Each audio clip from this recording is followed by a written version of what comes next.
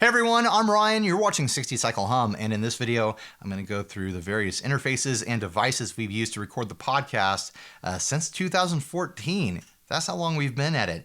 For those of you not familiar with this channel, we are a guitar channel that grew out of that podcast and is expanded to us doing demos and reviews and whatnot, as well as continuing the podcast. We are coming up on 300 episodes now. So anyways, we had a fairly easy entry into being podcasters based on us being musicians and already having microphones and recording interfaces and a general knowledge of how to work with audio files. I think a lot of people getting into podcasts don't have that benefit. I'm hoping to give some real world advice and perspective here on gear in a way that makes sense and isn't, just trying to push stuff to get affiliate links, even though, my links are affiliate links. That's how podcasters make money. So anyways, let's get into it. Quick overview. We started out the way a lot of people do with a computer and USB interfaces for our microphones. Then we moved on to the Zoom H6, also a very popular option for podcasters. And now recently we've adopted the Rodecaster, which is kind of a great big podcasting studio in a box, sort of do-it-all machine that I'm pretty excited about. I can't wait to show you all the ins and outs. But let's get started with my cheers and jeers for using a computer to do your podcast. The issue that we ran into, and that everyone that I know that uses a computer to record their podcast has run into at least once, is that a computer can and will eventually crash in the middle of your podcast recording. I think in the 100 or so episodes where we used the computer to record the podcast, we probably lost 4 to 5 episodes over 2 years, something like that, which doesn't sound a lot, but when you lose a podcast, like you lose 45 minutes of a show and you're trying to hit an hour to a crash, it is demoralizing. It is not just a technical issue. It's not just a time issue. It is an emotional issue. It completely kills your vibe. It completely kills your game. You need to be focused on being on mic, being a personality, covering the information you're trying to cover. And now you're completely distracted because you're like, I'm redoing this show. We're starting over from scratch. It's annoying for my guest or for my co-host. I'm having to babysit the computer and make sure it doesn't crash in case we have to start over again. What if it happens again in the same session? It is so frustrating. And in my opinion, it's unnecessary because there's other ways to do it. If you're the type of show that's dependent on Skype call-ins or something like that, it's a necessary evil. You've got to use a computer of some sort. But if you can avoid it, I recommend it. I moved from using the laptop to using the Zoom H6. I'm a huge fan of the H6. I'm a huge fan of using field recorders in general because they are bulletproof. I have never once lost a podcast. I've never had it crash or glitch out or corrupt a file. Even when I've been an idiot and let the battery run out in the middle of a show, it records everything up to the second that battery runs out and saves it to the card, and the file is completely safe. You can throw new batteries in there and pick up where you left off. It's just a no-brainer if you are looking for a no crash scenario and a very safe audio scenario. The Zoom H6 has a really great studio limiter that I leave on all the time. When people do, a big obnoxious laugh, normally it would clip a mic. That limiter catches it and blends off the volume in a very natural way that's not distracting. I'm a huge fan of all the audio I've gotten out of the H6, and it's still a huge part of my rig. I use it for all my demos. I run guitar amps into this via microphones and record everything through it. And of course, the size is just so convenient. Take it anywhere. Go to conferences, conventions, whatever you need to do. You throw it in a small bag with your microphones and a couple cables, and you're good to go. Moving on from there, let's talk about what it's not good for. Like I mentioned with the laptop, if you've got to do like a Skype show or a phone call show, this is not the device for you. You do not want to record phone calls through this. You do not want to record Skype calls through this. Leave that to a computer or device that's specific to that. This is for recording podcasts with people in the room with you with microphones. I've tried to do it. I'm sure there's people out there who make it work, but you've got to hobble together a bunch of other devices, and it's still a big old gamble. So I just wouldn't even attempt it. Get a device that's made for that or a setup that's made for that. Moving on to the Rodecaster. I think this thing is fantastic. I'm 6 or 7 episodes deep into using it. The big thing I had to get over moving to using the Rodecaster is to just let it take the wheel and stop trying to get fidgety with the tracks and editing, ins and outs, compression and limiting and EQ and stuff like that. It just does it for you. It just spits out a podcast recording that sounds like the bigger, like podcast network studios. It's just got that sound, and it's just mixed just right for podcasts. You're going to shrink that file down to be super small so that people don't have to spend an hour downloading an hour-long podcast. And it just mixes for that application really well. Tons of settings in here. You go to your channels, click on a mic. There's all kinds of different settings for very specific microphones.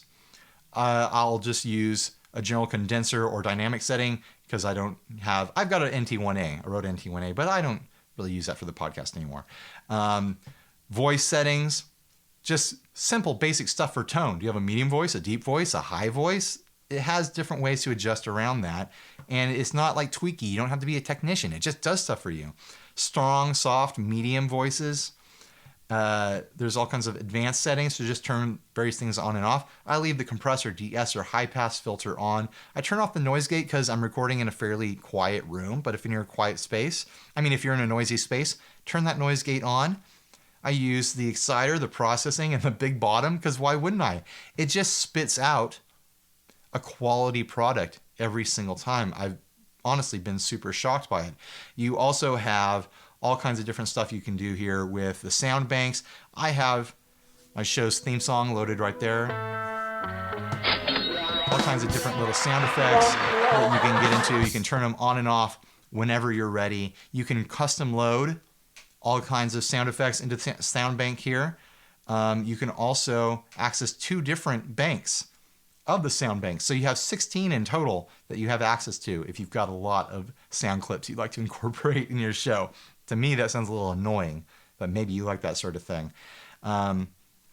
You've got a great big mixer for every single microphone to dial in what you need to do. You can mute channels if you need to.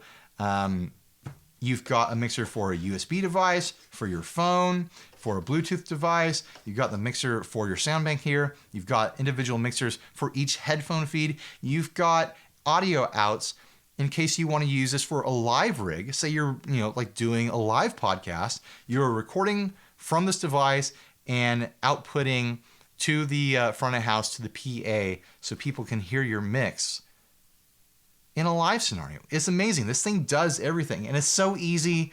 Like talking about like not being able to do phone recordings with this. You just plug your phone in, make a phone call, and just get them on the line, and it sounds great. It sounds like phone call quality. If you need Skype quality or something like that, then you can also, plug in a computer and interface that way. But this is just an all-in-one, make your podcast sound good sort of setup, and I've been really impressed with it. The barrier to entry as far as price goes is totally different with each thing.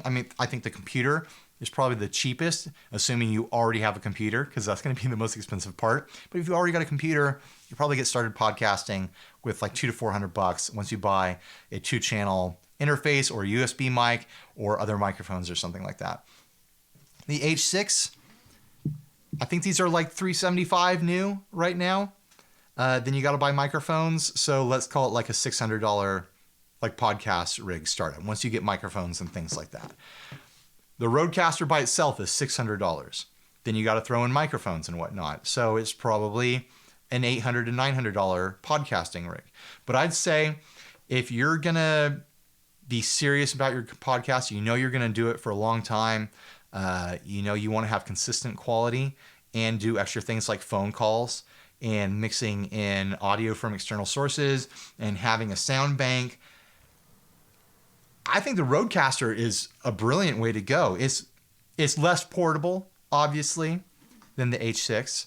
You can't run it off of battery. It's got to run off the wall. You could, in theory, run a laptop rig off the laptop's battery. You don't need to plug in, so those options are more portable. This is more of like a desktop option where you're plugged into the wall.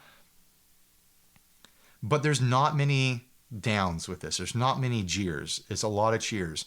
My cautionary thing to mention with the Rodecaster is that the file handling is a little funky if you're using the SD card, which is how I prefer to record with it. You can run it USB to a computer, but like I said, I don't trust computers for podcasting. So I like to use the SD card, which is in a little slot back here. The card I have in there right now is 64 gigs, which gives me nearly 9 hours of recording time with this. But what it does is on that SD card, it records the podcast in half-hour chunks. So it breaks up your file into multiple chunks. I usually go about an hour and 15 minutes on a podcast, so I get 3 files on that card for each podcast episode. I just have to drop those into my audio software. I edit everything in Final Cut Pro, which is video editing software, because there's a video element to the podcast. But all that audio, all those files, they clip together just fine. There's no dead spots or anything like that. It's seamless. If I need to get into the tracks and edit individual tracks, say the theme song was too quiet, it's easy to expand those audio tracks and everything is in there. I think there's like 16 channels or something like that. You find the channel that the soundboard is on and you just adjust the volume. But you'll need to do it if you've got sound effects throughout the episode. You're going to have to adjust the volume on all 3 chunks of that file. In the grand scheme of things, compared to editing, multiple tracks that I have to do all the compression and limiting and EQ and everything for the podcast, those sorts of things with the Rodecaster are minimal. You just have to do a little bit of work in post. But like I said, it spits out a finished product that just sounds good. It sounds like a studio podcast. So I've got high praise for the Rodecaster. I've got high praise for the H6. This is going to remain part of my audio rig forever. I mean, I don't use this for my demos. This is my demo rig right here. The Rodecaster is specifically for the podcast section of this channel. And then, every now and then, if I need to, I record stuff with the laptop. All these things are kind of important to have around. But if you're getting started, I hope that this was good information, good, objective information from someone who has actually used this stuff and isn't just trying to sell podcast rigs. Although my links are affiliate, like I said. So if you're going to buy a microphone or something, go ahead and click those. Anyways, thanks for watching. If you have any questions, feel free to hit me up in the comments section. I'm really good at answering questions and addressing comments, or maybe someone else will jump in there for you. If you have suggestions for other things I could add to my podcasting rig, I'm open to suggestions. I'm always open to learn. So hit me up. Let me know what you think I should be looking at. And stay grounded. Bye, everyone. Thanks for watching.